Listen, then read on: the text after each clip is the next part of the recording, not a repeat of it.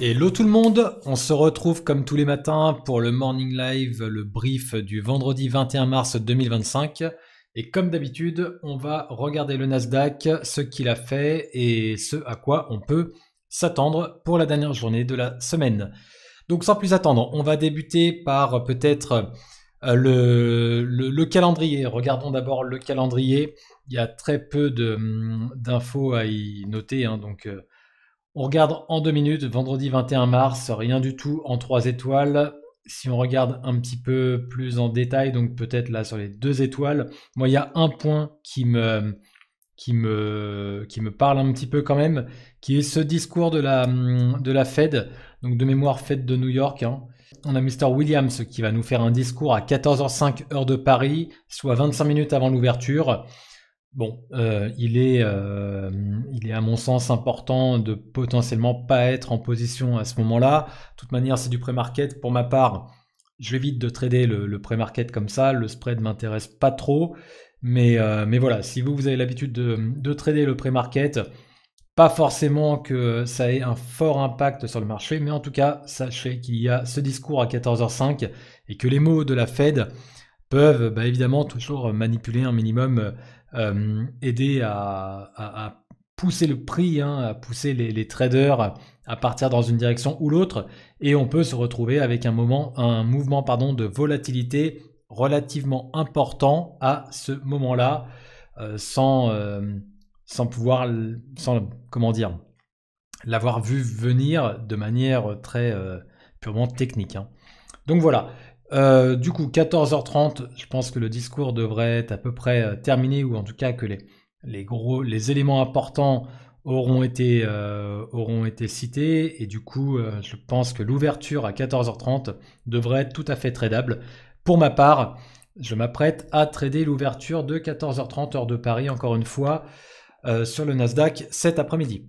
Autre point à avoir en tête, on en a parlé en début de semaine, mais il y a les produits dérivés, hein, donc tout ce qui est options sur les contrats futurs qui vont arriver à échéance. Donc aujourd'hui, hein, la date d'expiration, elle est aujourd'hui, troisième vendredi du mois, les fameuses 3 sorcières.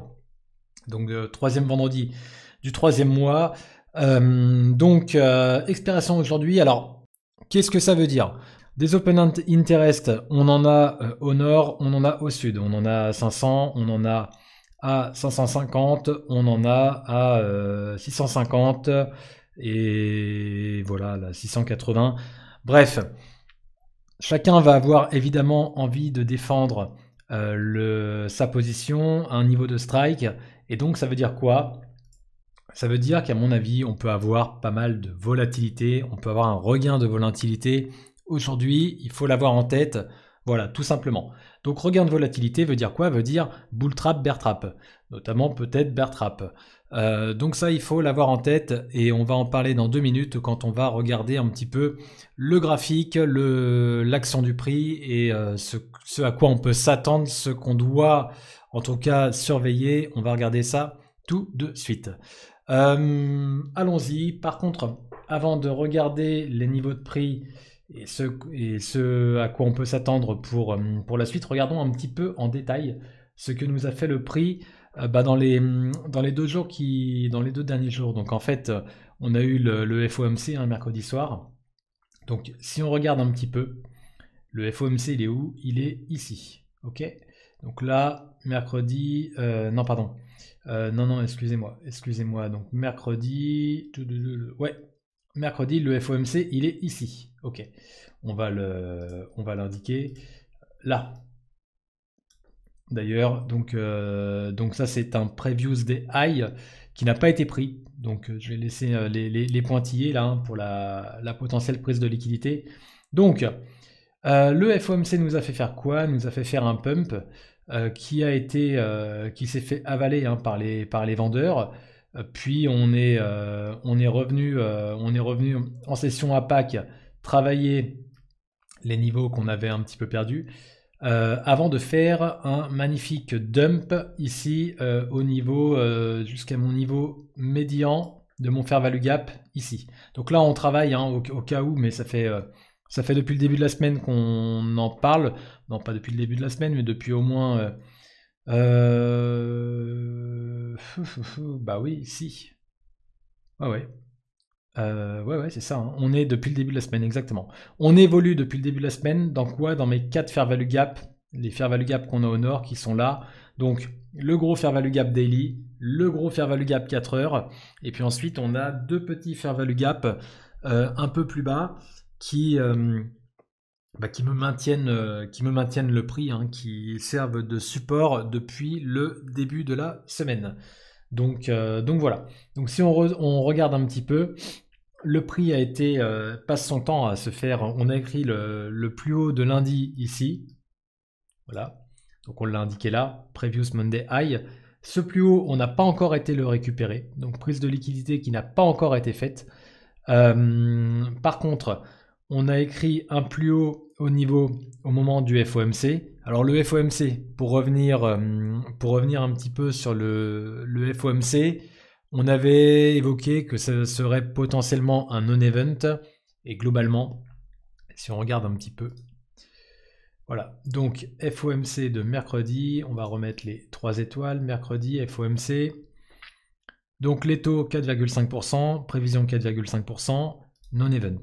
C'est-à-dire que les données qui ressortent, la projection des baisses de taux, on est sur des projections qui n'ont pas évolué. La baisse des taux, il n'y en a pas eu évidemment. Ce que nous a dit Mr. Powell, en gros, c'est que l'inflation reste élevée et empêche la Fed d'abaisser les taux dans un premier temps.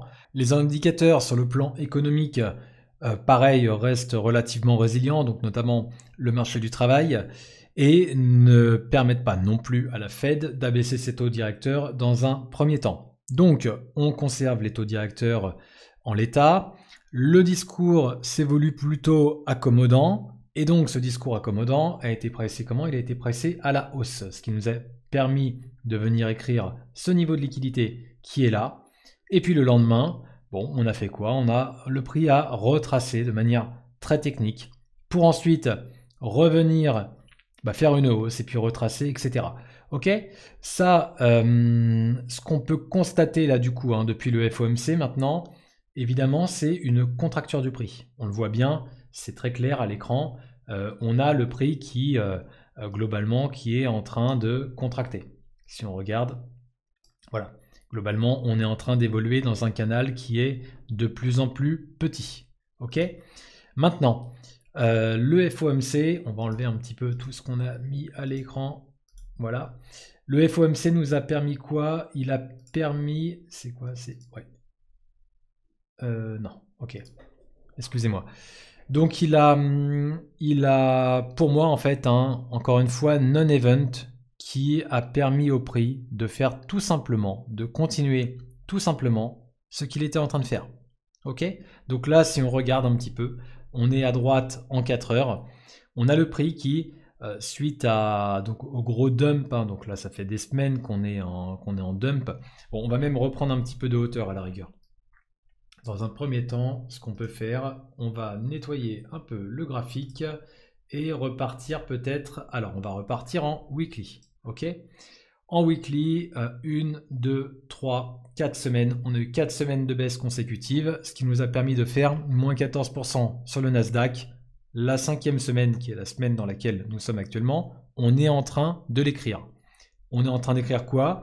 Une toupie. Pour le moment, on est en train d'écrire une toupie, ce qui veut dire que potentiellement, on est capable de venir, donc cette baisse, commencer à écrire un essoufflement, un retournement pour pourquoi pas revenir retracer ce mouvement et notamment revenir prendre là mon EMA 20 peut-être, hein. Là on a nos 3 EMA, on est en train d'évoluer dans nos 3 EMA. À minima, il est possible de venir récupérer mon EMA 20, retracer le mouvement, le fort mouvement baissier qu'on a eu avant. Ça ne voudrait pas dire qu'on sortirait du mouvement baissier dans lequel on est, mouvement baissier de fond, mais à minima, retracer une partie, revenir prendre de la liquidité plus haut pour reprendre du souffle et repartir à la baisse, aller au moins 23,6 qu'on imagine à peu près par là, un environ par là certainement, et donc venir récupérer mon EMA 100 un peu plus bas. Ça c'est possible. Si on regarde en daily, ce qu'on est en train de faire effectivement, donc en daily, on a mon gros mouvement baissier, encore une fois, qui finit par, donc on a eu un fort mouvement, et puis un peu d'essoufflement, on retrace doucement quand même, et puis encore une fois, une énorme imbalance là, donc une grosse bougie baissière qui se fait retracer doucement, et là on est en train de la retracer, on voit que le mouvement dure, ça commence à être propre, on commence à avoir un mouvement qui dure un petit peu, si on le regarde en 4 heures, voilà, alors on va peut-être dézoomer un tout petit peu, mais si on regarde le mouvement en 4 heures, donc énorme baisse, ok, et puis là on a ce mouvement qui est en train de s'écrire et qui est en train de former un canal de retracement, un canal relativement haussier. Donc ce canal, si on remet un petit peu à l'écran tous mes indicateurs, voilà, canal qui pour le moment est respecté, que je l'ai écrit ici, que je vais dessiner, et canal qui pour le moment tient. Donc on va regarder un peu plus en détail. Hop, voilà. Donc on évolue encore une fois pour le moment depuis le FOMC. Le prix fait quoi? Le prix fait du technique. Donc le FOMC n'a rien fait de particulier. Le prix, tout ce qu'il fait, c'est qu'il évolue dans mon canal. Le FOMC lui a permis de casser la borne médiane du canal et d'aller écrire, prendre un petit peu de liquidité au nord. Et puis on revient, on évolue dans le canal. Ok? Là maintenant, on va s'intéresser à quoi? À tout ce qui va être vraiment orienté très psychologie des foules qu'on va retrouver, qu'on va pouvoir retrouver cet après-midi. Donc au-delà de la volatilité qui peut nous amener à quoi? Qui peut nous amener quand même, mine de rien, à faire effectivement du bear trap, à créer des points d'entrée, parce que les investisseurs vont avoir tendance à vouloir emmener le prix là où ils ont de l'intérêt à l'emmener, là où se trouve potentiellement leur strike. Ok?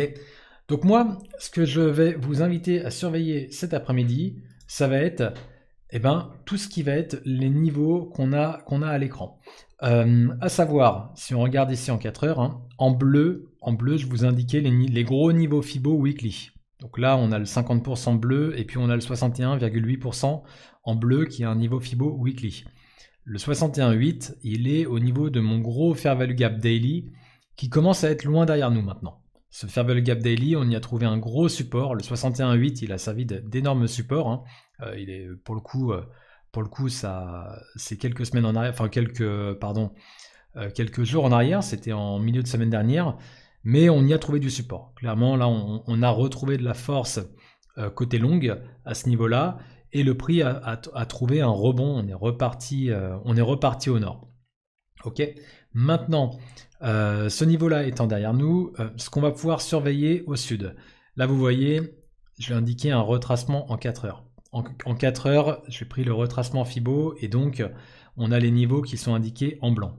Ceux qui sont importants de surveiller, alors on a le 61,8. Le 61,8, hier en séance, on est venu s'arrêter dessus. Donc on a fait un pump et puis on a retracé et on est venu, le prix a été supporté ici par le 61,8% 4 heures. Ok. Depuis séance à Pâques, bon, le prix évolue doucement entre les différents niveaux. Encore une fois, ça c'est du pré-market. Vous noterez ici, je vais indiquer maintenant parce que c'est quand même important d'avoir en tête le cours. Donc je l'indique en tant que gap, mais le cours de clôture. Le cours de clôture de la séance new-yorkaise hier. Donc le prix hier a clôturé exactement en fait au niveau de la borne haute de ce fair value gap. Donc je l'ai indiqué ici. Je mets gap, pourquoi? Parce que si en pré-market on est sur des niveaux type là 61,8, là vous voyez en pré-market on est venu prendre un peu de liquidité. Ce matin on est venu prendre ici un peu de liquidité au niveau de ma SMA 1 heure. Voilà, si on devait ouvrir à ce moment-là la séance, bon, il faut avoir en tête que ça ferait un gap en fait à combler ici là. Et les gaps, on connaît, ils sont comblés 9 fois sur 10. Donc il faut quand même l'avoir en tête au moment de prendre des positions. Il est important d'avoir en tête un petit peu le gap qu'on a par rapport à la clôture de la veille. Hyper important. Ok. Donc, d'où le gap que je fais apparaître sur mes graphes. Maintenant, cet après-midi, à quoi on peut s'attendre? Pour moi, en termes de psycho des foules, là, ce qu'on a à l'écran, tout le monde le voit. Tout le monde le voit. Alors, évidemment, on évolue dans ce canal haussier. On est en train de commencer à retracer le moral des troupes et en train de revenir sur le Nasdaq.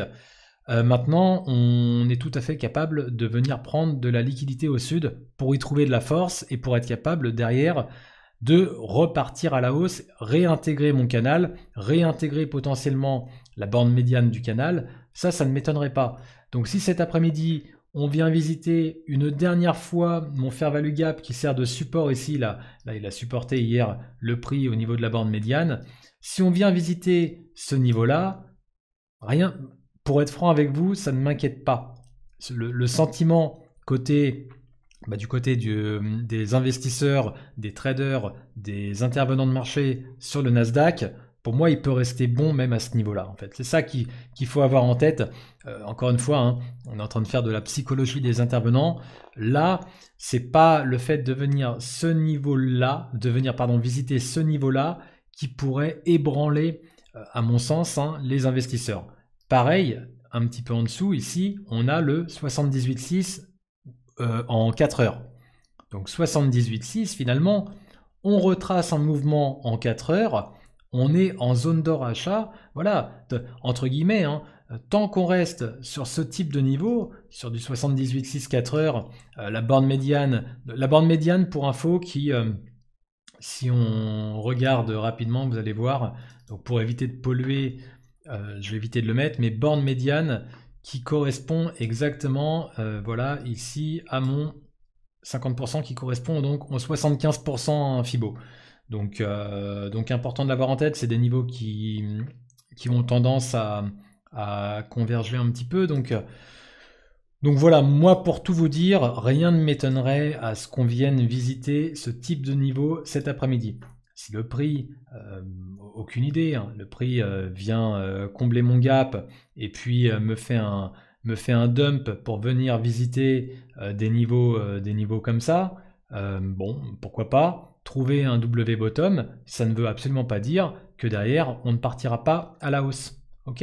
Donc là, si on vient visiter des niveaux comme la borne, donc le 75%, ou plutôt la borne médiane de mon fair value gap, le 78%, si on part un tout petit peu plus bas, parce que là on voit bien qu'à ce niveau-là, on a de la liquidité qui n'a pas été prise. Donc si on part un tout petit peu plus bas, pour évidemment sortir tous les stops des longues, hein, voire sortir ceux qui auraient mis le stop sous le fair value gap, parce qu'évidemment on connaît.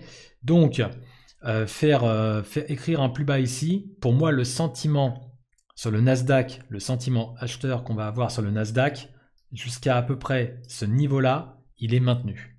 Ok ? Ça c'est important de l'avoir en tête. Ok, on va écrire une mèche qui va pas être bien belle et qui va venir en dessous de mon canal baissier, de mon canal haussier, le canal qui est en train de retracer le gros mouvement baissier, d'accord ? Maintenant, c'est pas ça qui m'inquiéterait plus que ça. Pour moi, là, ici, si on vient visiter ce type de niveau, c'est pour y faire potentiellement un bear trap. Encore une fois, potentiellement, on ne sait pas du tout de quoi est fait l'avenir.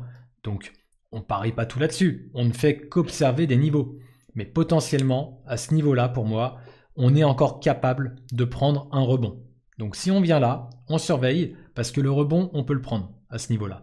Maintenant, si on commence à casser fortement ce niveau-là, et que plutôt que de faire ça, en fait, on va faire quoi ? À ce niveau-là, on va faire un pullback pour derrière partir fortement au sud. Là, attention, on peut accélérer. Hein. Là, si vraiment on casse fort ici, là après, on prend la liquidité ici, à ce niveau-là. Pareil en dessous, là, il y en a également ici. Hein, là, vous voyez hein, les deux points de liquidité qu'on a là. Bon, si on prend ces liquidités-là, là après, regardez ici en 4 heures, là pour moi après on peut accélérer et venir, là ça nous emmènerait probablement sur des niveaux comme la liquidité du lundi 10 mars. Hein. Donc attention, hein. Et là c'est ce qui pourrait nous renvoyer directement au niveau 61.8, weekly. Donc attention, voilà, là attention aux cassures. aux accélérations potentielles qu'on pourrait avoir au sud, et puis également attention aux rebonds potentiels qu'on pourrait avoir. Donc si on nettoie un petit peu, voilà. Là attention parce que là ici par contre, au contraire, si le prix fait ça, ça pourrait faire une magnifique entrée pour tous ceux qui ont envie d'être longues et notamment pour les gros poissons intervenant sur le Nasdaq qui attendent que ça, de rentrer longue massivement. Et là, clairement, ça pourrait être un beau niveau. Ok ? Donc, on surveille tous ces niveaux-là. Si on va faire le bear trap cet après-midi, on surveille. Ça risque de rentrer massivement pour partir à l'achat. Ou alors, au contraire, à partir du moment où on va perdre certains niveaux, donc là, on surveille bien. Les niveaux, vous les avez là à l'écran. Tous ces niveaux-là, tout ce qu'on a là-dedans. Là, si on commence à perdre, on va les surveiller niveau après niveau. On peut voir, les premiers, on peut les perdre doucement. Et puis là, si on perd fortement à ce niveau-là, si vraiment tout d'un coup les vendeurs prennent la main, là, on peut avoir une accélération à la baisse. Ok ? Super important de le surveiller. Parce que là, c'est pareil. Ça peut nous faire un très beau point d'entrée, du coup, pour vendre cette fois-ci le Nasdaq. Et là, ce serait intéressant. Au contraire, si on a... Enfin non, pas au contraire, mais en fait, voilà, ici, si le prix venait, voilà, ici on a indiqué le gap, là, donc si on venait prendre, ici, si on venait combler le gap, bon là, on a une potentielle entrée côté vente, ça c'est important, pareil, de l'avoir en tête. Au-delà de ce gap, on a le 38.2 ici, qui a tendance à polariser, on le voit à l'écran, donc il a servi de support. Là, ici, il a servi de support. Là, ici, il a servi de résistance. Donc ce 38.2, là, pareil, on le surveille. On a le gap, on a le 38.2. Ensuite, on a le 50 weekly. Donc 50% weekly qui correspond à la borne médiane de mon fair value gap. Donc là, ok, 50% weekly. Bon, c'est des niveaux qu'on surveille. Si le prix vient dans ces niveaux-là, on surveille parce que potentiellement, ça peut nous faire on peut y prendre un repli et on pourrait y trouver une entrée à la vente. Donc, on surveille. Par contre, si au contraire, on ne fait que prendre, voilà, on fait un pullback et ensuite le prix décide de partir directement au nord, parce que là, globalement, on est quand même dans un canal qui semble haussier, on semble être parti pour retracer le mouvement baissier. Pareil, on surveille. Donc, à arriver au-delà de ce niveau-là, 50% weekly, il est possible qu'on prenne une accélération, encore une fois. Donc là, on surveille ces niveaux-là. Là, si on prend une accélération au nord après mon 50%, ma médiane de mon fair value gap daily, hyper important. Hyper important de le garder en tête et de tenter de profiter de ce mouvement-là en scalping, en day trading. Ok ? Bon, écoutez, pour ma part, je n'ai pas beaucoup plus de choses à dire sur le Nasdaq pour cet après-midi. Je pense qu'on a bien vu tous les niveaux à surveiller. En termes de trade, vous aurez compris de quelle manière, qu'est-ce que vous allez surveiller, où est-ce qu'on s'attend à prendre des rebonds, des replis et quelles entrées potentiellement on peut prendre pour avoir un risque-reward le plus élevé possible, que ce soit aussi bien à la vente que côté achat. Et là, cet après-midi, il est encore une fois comme tous les jours en fait finalement, il est tout à fait possible qu'il y ait de très très belles opportunités aussi bien d'un côté que de l'autre. Écoutez, sur ce, je vais vous souhaiter une très bonne journée, un très bon trading à tous, soyez bien prudents et puis écoutez, on se retrouve, je vous souhaite en avance un bon week-end et on se retrouve lundi pour faire le point et anticiper, pas anticiper mais plutôt regarder ce qui nous attend pour la semaine suivante. Bon week-end à tous!